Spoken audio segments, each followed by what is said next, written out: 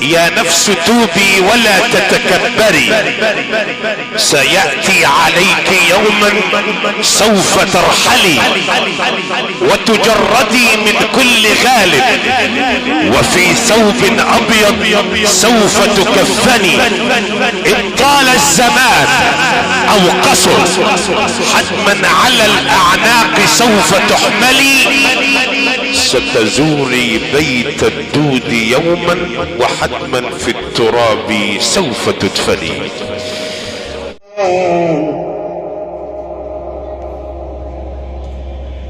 يسأله من في السماوات والأرض كل يوم هو في شأن،